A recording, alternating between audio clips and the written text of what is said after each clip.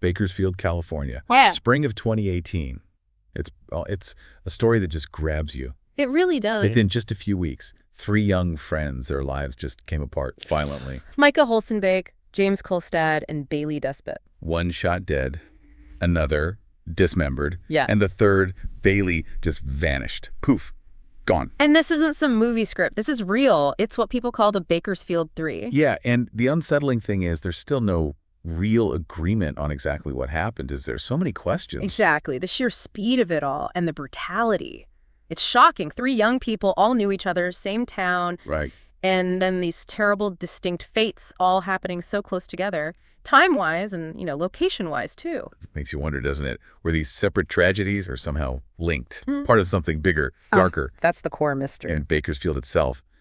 You picture the oil pumps, the sort of dusty highways. Yeah, it feels like a place that could hide secrets, out in the open, almost. These weren't just random people either. Micah, James, Baylee.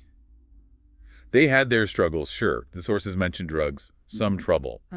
But they were also trying, weren't they? Trying to get things back on track before it all went wrong. That part really stands out. The reports say they were trying to leave that scene, reconnect with family, striving for something better. Which makes it even more tragic. Absolutely. Did someone deliberately stop that? Prevent them from getting out? Okay, let's start with James Kulstad. That was first, right? April 8th, 2018. Yeah, James first. He was driving, apparently just heading home after dinner at his mom's. It's blocks away. And then shots ring out. His own mother heard them. Oh, wow.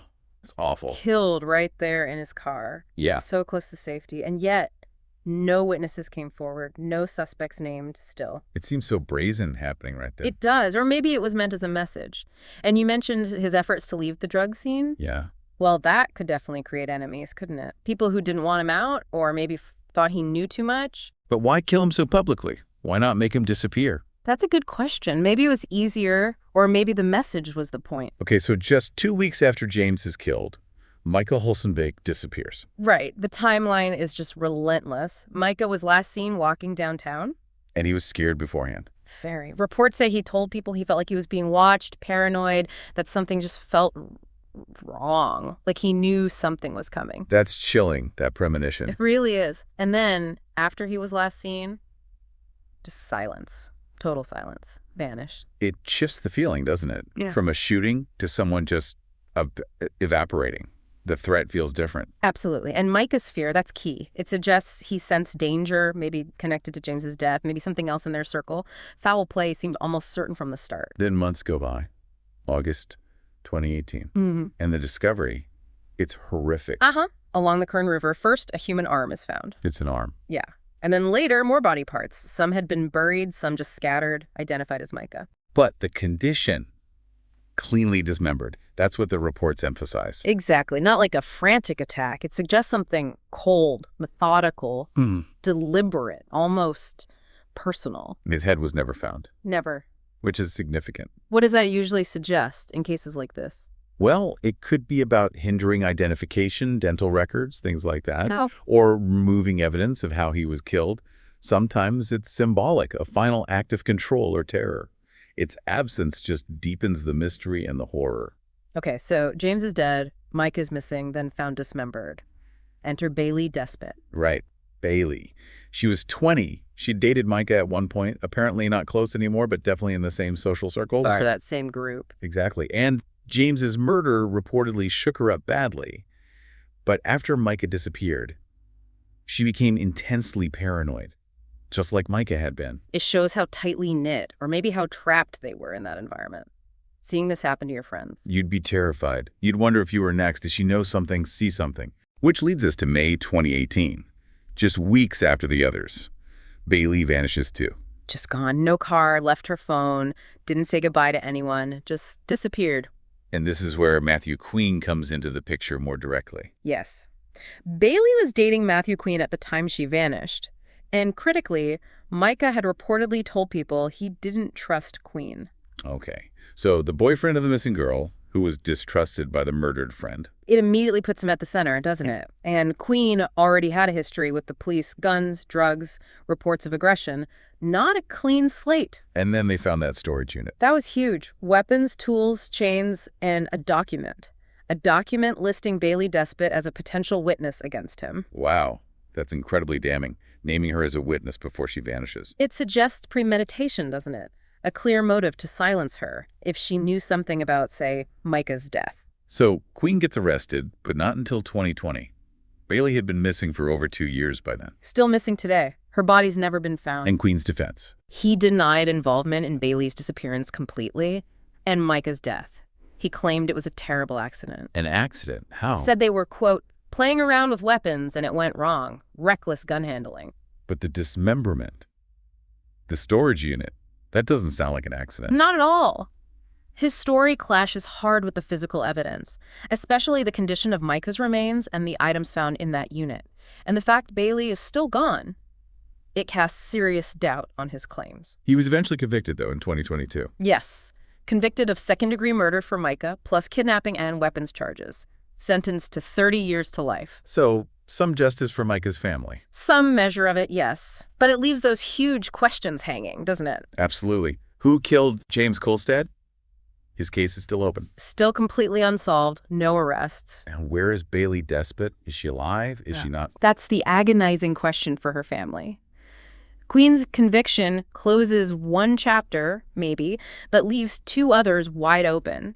It makes you wonder if he acted alone in everything, or if these cases, while linked, might have different perpetrators for different parts. In the middle of all this pain and uncertainty, the mothers came together. They did. Micah's mom, James's mom, Baylee's mom. They formed the Bakersfield 3 group. An incredible act of strength, really. Absolutely. United by this horrific loss, fighting for answers, they held rallies, talked to the media, kept putting pressure on the police, refusing to let their children just become cold case files. Their advocacy has definitely kept this in the public eye. No doubt. It reminds everyone these are real people, real families, shattered by this. Baylee's mother has spoken about her theory. It's heartbreaking. Yeah, she believes Baylee is likely dead. Why? What does she think happened? Her feeling is that Baylee might have seen something related to Micah's murder, or maybe was even pressured, manipulated into helping dispose of his body somehow, and then was silenced permanently because she knew too much. She sees Baylee as another victim, maybe used by Queen or others. That theory fits the timeline and the fear Baylee showed and Queen's potential motive. It's grimly plausible. It is. The idea of manipulation, of control within those relationships. It feels very possible given the context. Meanwhile, James's mother is still waiting, years later. No arrest for her son's murder. Just waiting. Imagine that pain, that lack of closure. And Micah's family. They buried parts of their son. Not even the dignity of laying their whole child to rest. The cruelty of that. It adds another layer of trauma, doesn't it? A constant physical reminder of the brutality. The incompleteness must be unbearable. So we keep coming back to it. How are these definitely connected? The timing, the relationships, the violence. It just feels like too much for coincidence. Right. All within about 30 days. Same city, same social circle. Same web of drugs and danger, it seems. It strongly suggests a link, even if we don't know exactly what it is. Could it be one person behind it all? A dangerous group. A single event that triggered everything. Statistically, 3 separate but similar violent ends in such a tight cluster seems unlikely. Highly improbable, yes. It points towards a shared cause, a shared threat. And here we are, May 2025. Where does the case stand? Partially solved, at best. Queen is convicted for Micah's murder and kidnapping. But Baylee. Still officially a missing person, nobody found. And James. His murder remains an open, active investigation. No arrests made. So the story isn't over. And the rumors keep swirling around Bakersfield, right? Oh yeah, whispers about more people being involved. Theories that Baylee somehow escaped, faked her death, started over somewhere else, though that seems less likely given the circumstances. A sense that the whole truth hasn't come out. That happens when there are gaps, unanswered questions in cases this violent. People try to fill them in. Exactly. Nature abhors a vacuum, especially when it comes to seeking justice or understanding tragedy. But the undeniable fact is, 3 young people lost their lives. Horribly. Yes. And justice feels incomplete.